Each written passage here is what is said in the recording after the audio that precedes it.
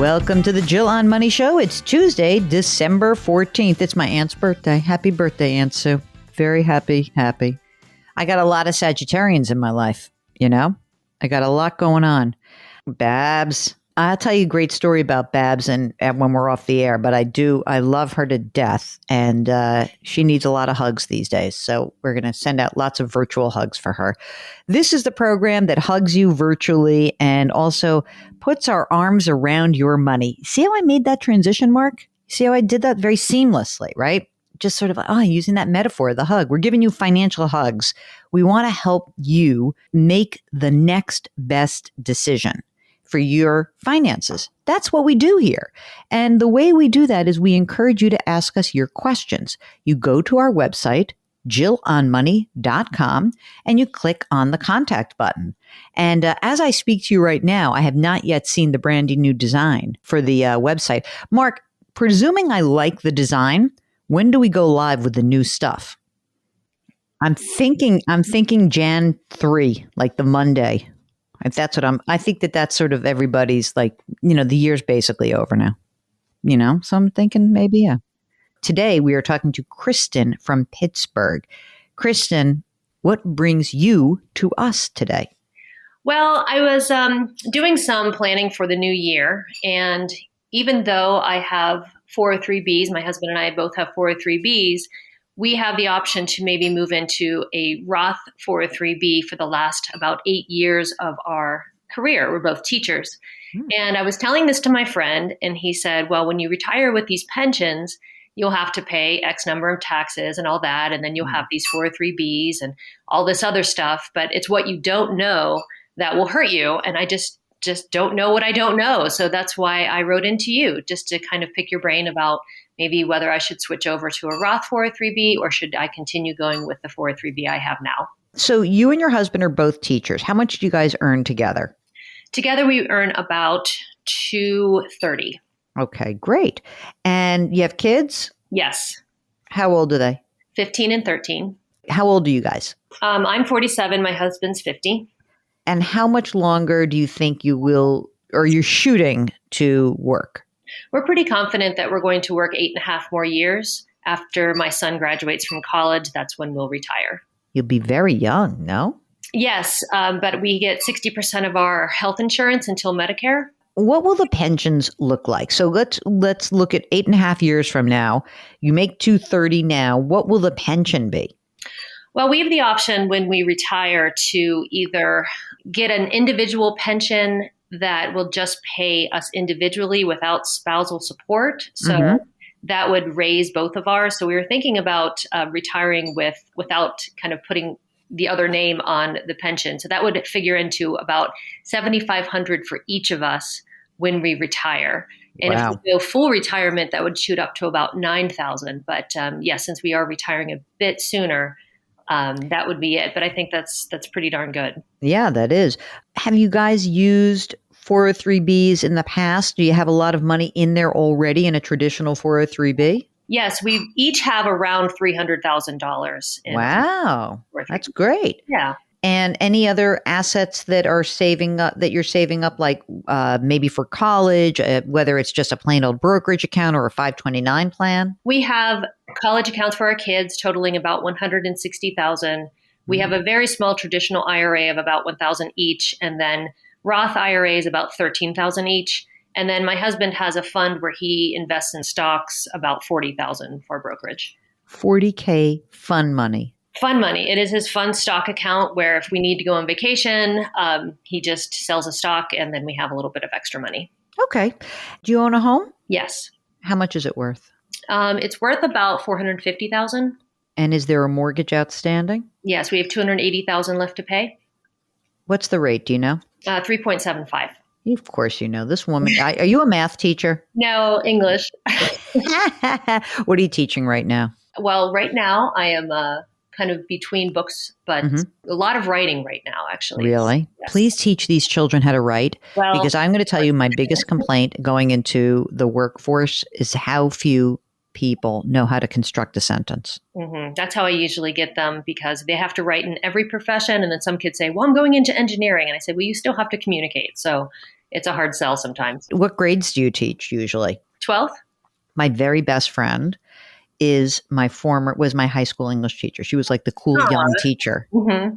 And you know what? I have a warm spot in my heart for English teachers. So thank you for what you do. But you probably teach a lot more like sort of hip, cool stuff than we did a lot of Shakespeare. We did a lot of classics. It's a nice mix. And because you do so much writing, you can bring in a lot of texts that are a little bit shorter, a little bit more modern, bring in videos. Obviously on the internet, there are a bunch of TED Talks and just a lot of cool stuff for education. So that's a good thing. What's next up? What do I have to read next for your class? How about Animal Farm? Oh, all pigs are created equal or something. Yeah, Some pigs are more equal than others, Mr. Orwell. All right. Mark, do you think that Kristen and her husband should be using Roth 403Bs? Yeah. So Mark and I agree that, you already have 600 grand in pre-tax money. You will have a lot of income in the future. Between the two pensions, and you'll also be able to claim Social Security. So you're going to be in I don't know if you're going to be in the highest tax bracket, but I would say you're going to be in a healthy tax bracket when you retire. And I think that you'll be happy to have more Roth money.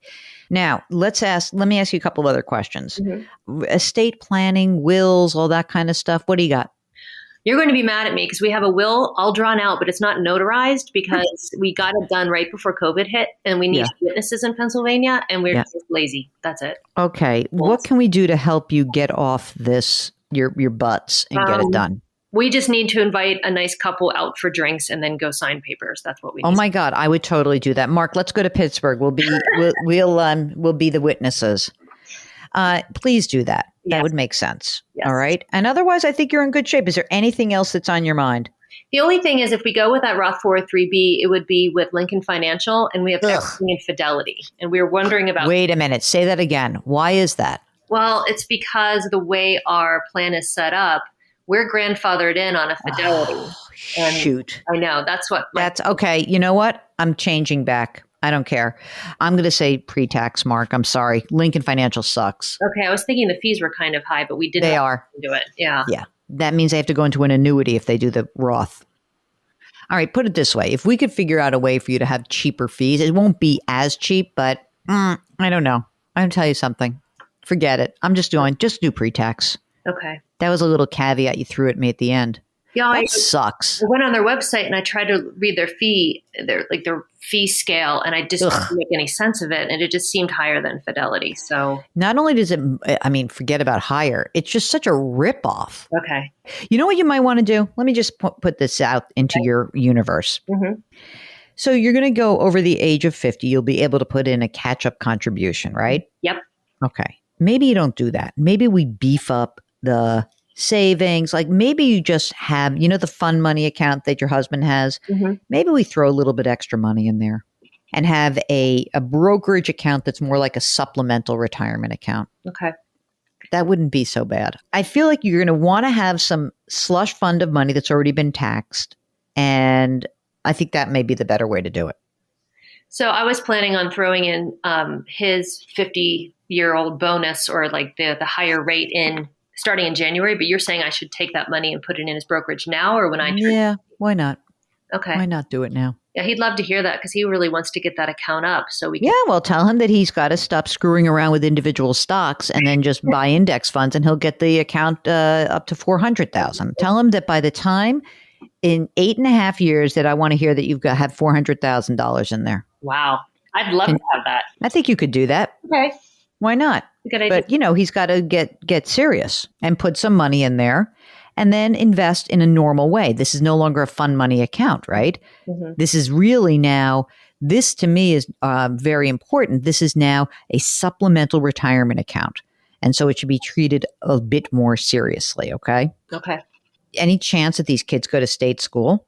I hope so. We have schools in Pennsylvania, so I really do hope. But I think we're pretty high for the state school average price, so it's not, No, you know what? These state schools aren't as affordable as you would hope. Yeah. That's what I would say. Mm-hmm. You would like to say, like, oh, yeah, it's like $10,000 a year. No, it's not. It's like 30. It's like 30. Thank you for joining us. Keep us posted. Let us know. And if you have any other questions, we're here for you. Okay. Well, thank you so much, and hope Mark gets his bathroom done. I heard some work going on behind him. Mark, maybe you'd like to read Animal Farm and you find out why some apartments are more equal than others.